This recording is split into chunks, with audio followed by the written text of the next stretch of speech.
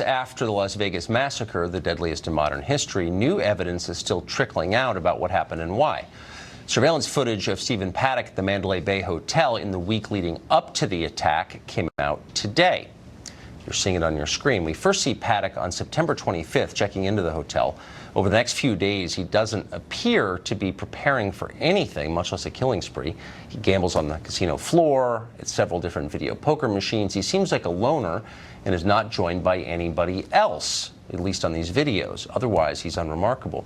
Throughout the week, Paddock leaves the hotel several times, apparently to go to his house. When he returns, he brings bags with him, 21 bags in total, carrying the guns and ammunition he would later use to kill 58 people. Hotel bellhops assist Paddock with his bags, putting them on carts and escorting him to the elevator where he tips them. Paddock often makes small talk with employees as he waits for the elevator to arrive. The very last time we see Paddock on these videos is 12:30 on October 1st, bringing 2 more bags up to his room. Less than 10 hours later, the massacre begins. A lot of questions about this, beginning with why now and what does it mean? Catherine Lombardo is an attorney representing the victims of Las Vegas. Doug Papa is a former casino security guard and joins us as well. Catherine, first to you. You're involved in a major, maybe the major lawsuit surrounding this massacre. You haven't seen these videos until today. Why is that? That's right. How have they been edited? And is there evidence that anyone else was ever in that hotel room with Paddock? Why today? I think it's a PR stunt. It is pretty shocking that they released it to the New York Times and not to us, the lawyers, who have been asking for this video and these videos. Remember, there are over 700 hours of video. Why did they just choose these 5 minutes? Where's the rest of the video? Why now?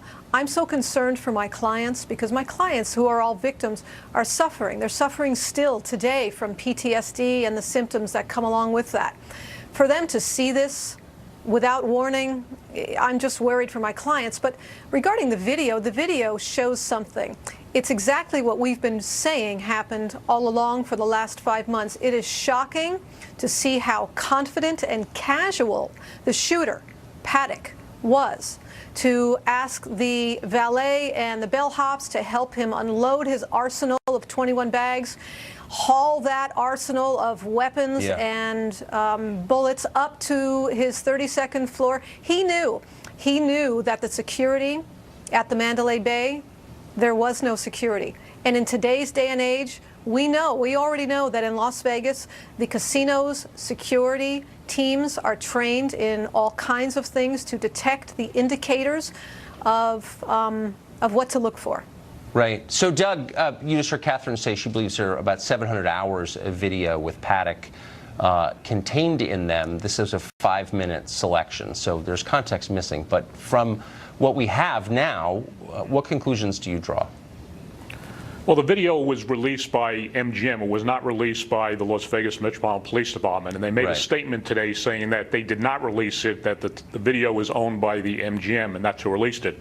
It corroborates a little bit what's in the 81-page police preliminary report that was released a couple of months ago, where they referenced the video that they looked at but never released.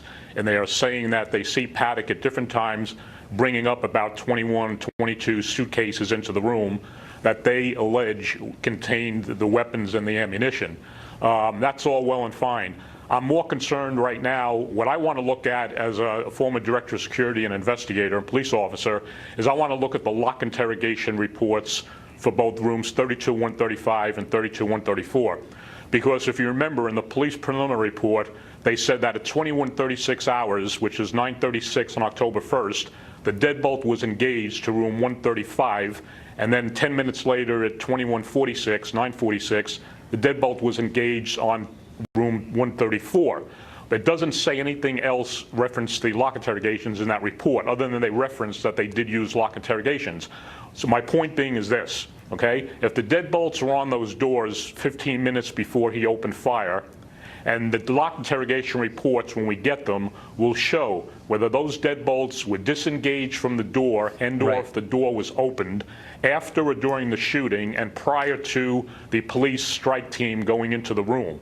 If the lock interrogation reports, let's indeed, I believe it's going to show that the deadbolts were not disengaged in in the room, both of those room doors, that nobody could have exited that room door in that 1 hour period where the Metro Police were out in the stairwell before they went into the room. That is the key question. Catherine, we're almost out of time. Hit me with it quickly, please. Yeah.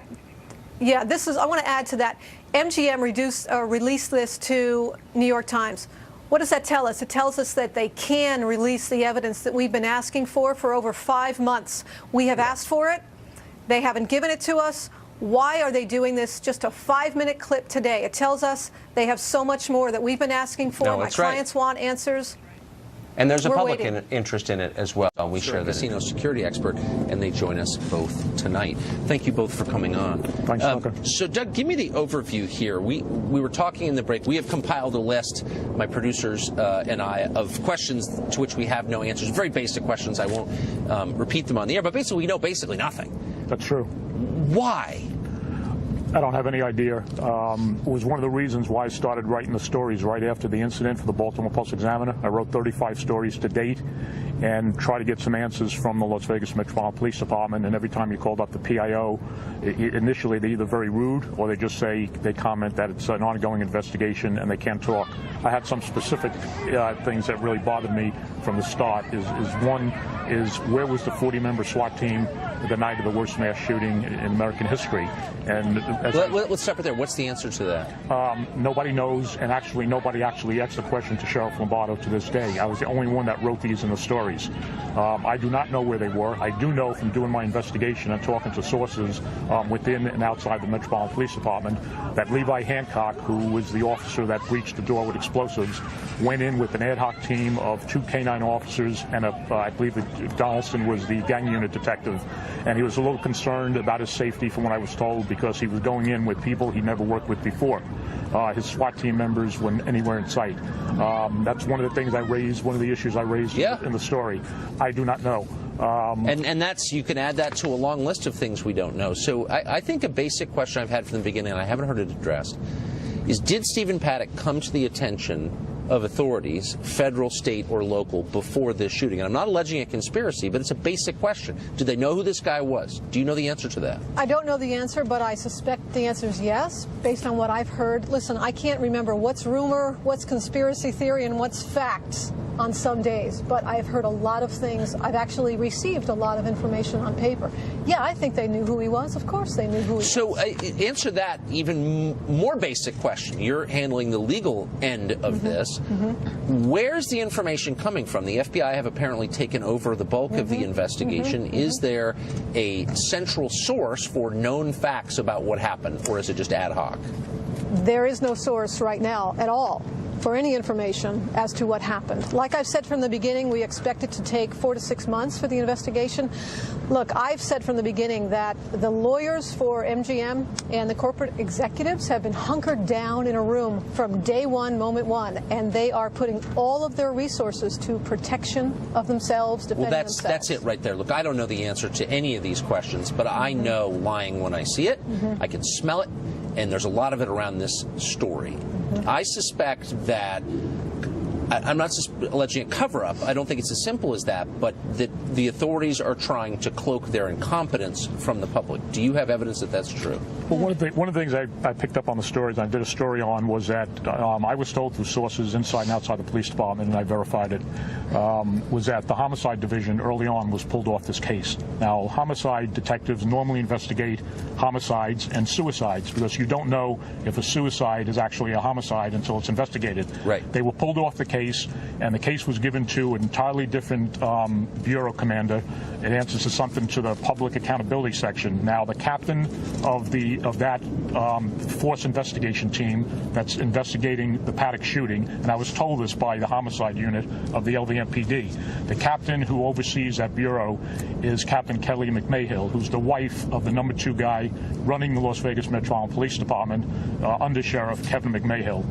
Seems a little bit bizarre to me. When I tried to get some answers from Metro Police to find out why the Homicide Division was pulled off and it was given to the Force Investigating Team. And you got to understand something. The Force Investigation Team for Metro investigates officer-involved shootings and police officer use of force. I could not get any answer. Right. Well, that's the story of this whole thing. So Kathleen, let me ask you just a couple of really simple questions that I've been wondering about. From the very beginning, we heard about bump stocks. That was kind of the signature piece of hardware from this atrocity, the bump stock. And yet the photographs of the rifles in the room that were publicly disseminated had bipods on them. And anyone who's ever operated a bump stock or understands how it works can tell you can't operate a rifle with a bump stock if it's got a bipod because it doesn't move back and forth in the way that it needs to. Are they still saying that bump stocks were used in this? Is that still a claim? They haven't told us, but what we suspect is that he had a complete and total arsenal upstairs in his room. But for what purposes? And why would he have two shooting positions when only one? Just looking at it, it seems like the angles was not necessary to have two. Any insight on that? Based on what we've heard, it was fully planned out by him. He was up there for, we think, 6 days. Now, you know that the first few days he was there, he was, I think, registered under his girlfriend's name. So he was actually there for 5 or 6 days planning this. We don't think he left the room once. Were housekeepers ever in the room?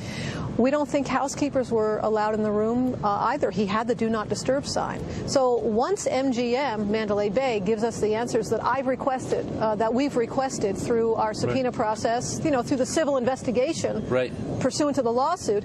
Listen, I just received a piece of information last week. I received the special event permit from the city. And there it is in black and white, handwritten, filled out by an MGM executive for this event that happened right behind us. It wasn't Live Nation Entertainment. It was MGM, a corporate executive, who filled out the special event permit for this particular concert. So their fingerprints are all over it.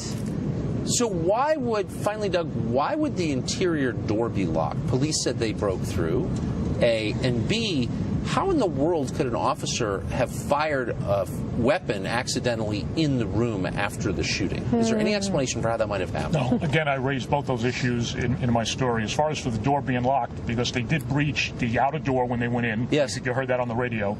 And then when they went in after they cleared the first room, you hear them on the radio saying we have to breach the second door in 5 seconds. Now, if you're breaching the door, obviously they couldn't get in, so it was locked. And my question has always been, well, who locked that door? According to Sheriff Lombardo, Paddock committed suicide right after he fired his last round, somewhere in that time period. So who locked that door from the inside? Because it had to be locked from the inside. It's one of many questions, and I suspect we should be here all week into next month to get answers. But we're going to continue following the story. Thank you both very much. Thank you for covering this. I appreciate